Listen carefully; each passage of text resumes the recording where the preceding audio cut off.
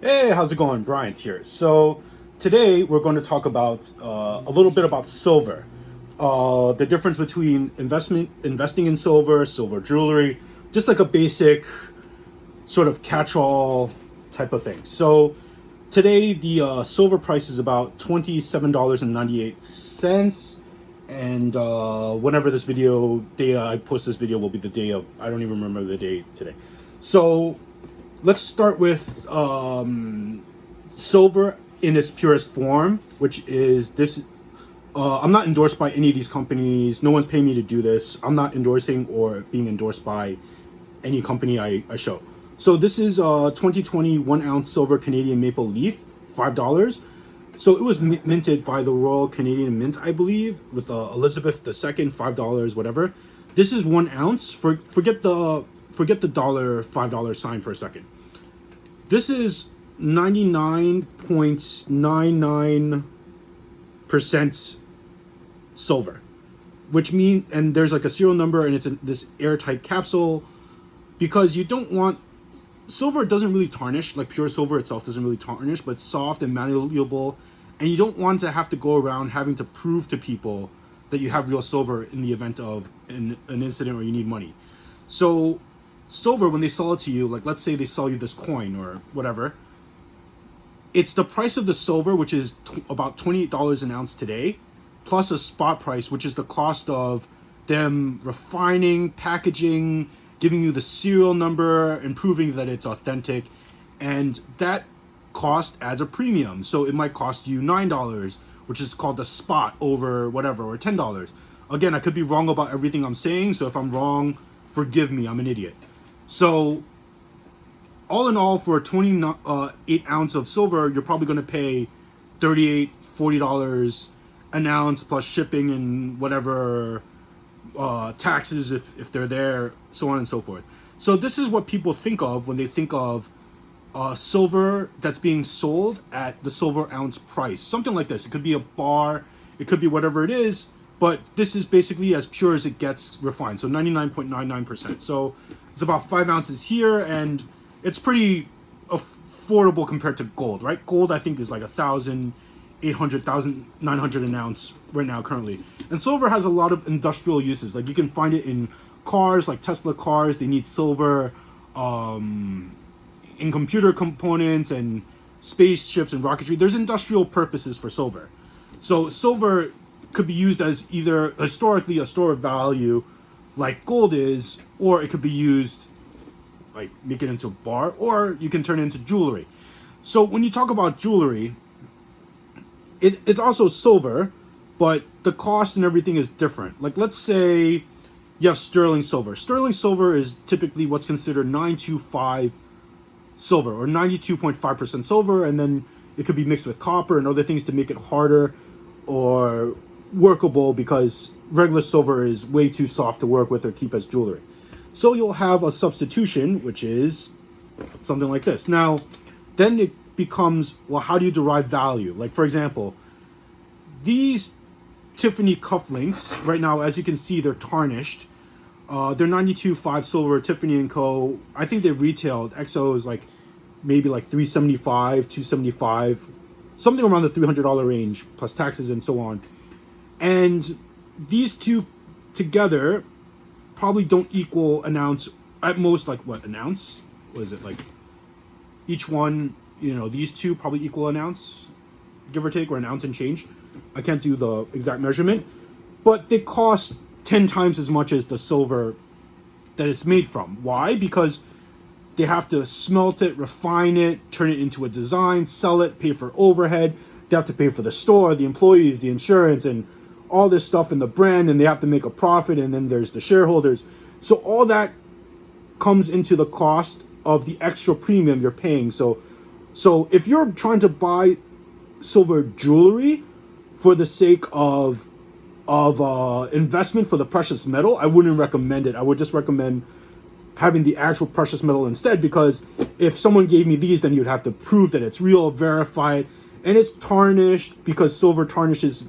It looked really shiny and brilliant when it first came out, but then you have the sweat, you have the salt from the sweat, you have the water, you have the soap, whatever it is, or maybe someone forgets it in their cufflinks. They send it into the washing machine, then dryer, and then it comes out like this, all tarnished. But it's still silver. It still has the silver component, which gives it the value. So with Tiffany and Co.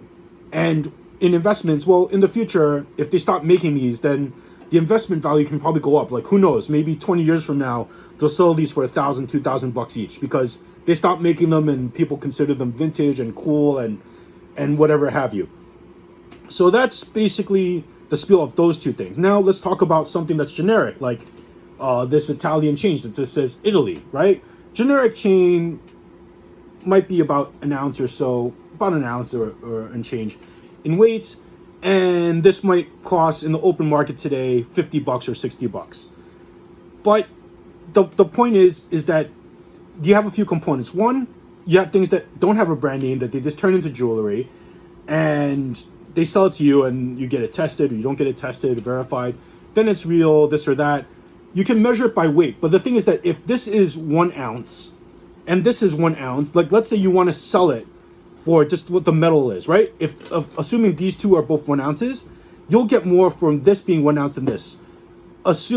Now let's factor in the percent impurities. Like let's say this is 92% whatever, then you already know that 8% of the ounce or whatever is going to be worthless. You're not going to get the proportions exactly right because they have to melt this down, they have to smelt it, they have to separate the metals, the impurities, and that costs a lot of work. So for this, even if it's, let's say, 2 ounces, you know, you go for a cash for gold or cash for silver, you'll probably get less than, you know, if this is 2 ounces, which works out to like 1.8 ounces of pure silver in here, you'll probably get less in money than this coin itself because it takes a lot of work to turn this into this, right? And then, so these two would be the same. Like this is a beautiful chain, probably cost about $400 or $500, made in Italy. It's nice, it's designer.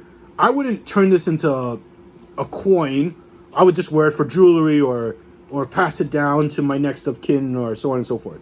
So stuff like this, if you're looking at it from the perspective of the value is strictly in terms of the silver content, the weight, I wouldn't recommend it because no one's going to give you, if this is 3 ounces, they're gonna give you less than 3 ounces of these because these are basically guaranteed, and they have like the serial number, they're sealed. And so buy silver jewelry because you like it. Don't buy silver jewelry because you think that it's going to be worth the metal, and you're probably going to not have that great deal. Now, there's some exceptions, which is like, so this is, I bought this in China for I think like $90, $100 American, something like that. So this is basically unbranded. There's no copyright or trademark or anything. And then you have stuff like this. This is from Kingdom Hearts. It's got Disney, it's got Square Enix. So this is really cool. Costs about maybe $150, give or take. And I think that this will appreciate in value because they don't make this a lot. And this is cool. People love Disney. People love video games. People love Kingdom Hearts. It's got the little Mickey Mouse symbol here. And having that copyright or having that brand will make it a collectible item. And then a collectible item is, well, all things are whatever people are willing to pay for it, right? But a collectible item is considered more rare. It's considered more cool. Like this one's from Final Fantasy X, one of my favorite video games, and it's cool. I love it. It reminds me, I'd rather have this, but this costs like $200 but if you like, don't buy this because you're trying to calculate it by weight, is my point. Like in terms of silver, value of the silver itself, probably like $20-$30 of silver. But if you value what it represents, like you love the video game, you love the characters, do it because you enjoy it. Like I have pleasure, I get pleasure from owning and wearing this. And same thing like these two items right here. They're comparable in weights. Like this is also from Final Fantasy X. You see that it has like the copyright. I put this here so it doesn't slide off. You know, you have like the Square Enix and so on. So this probably weighs as much as this, give or take. But this might be worth more because of the rarity, because of the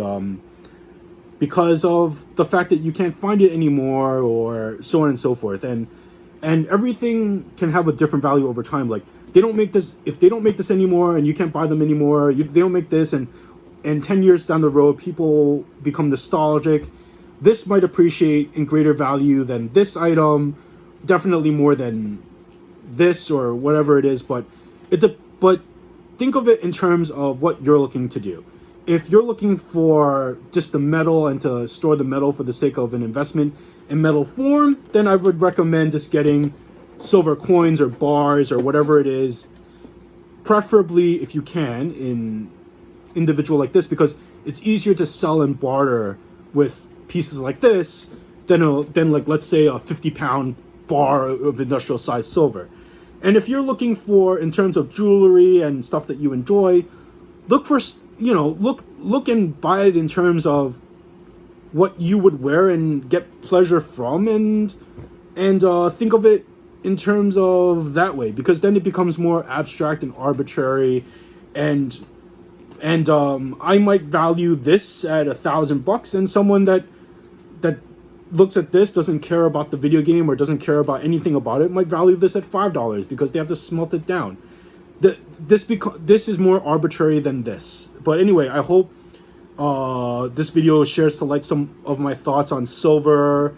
And if you have any comments, you want to ask me any questions, I'm open to replying and answering to comments. And if you have any suggestions for some new videos, I'm open to that too. And I hope you like and subscribe and enjoy. Have a wonderful day.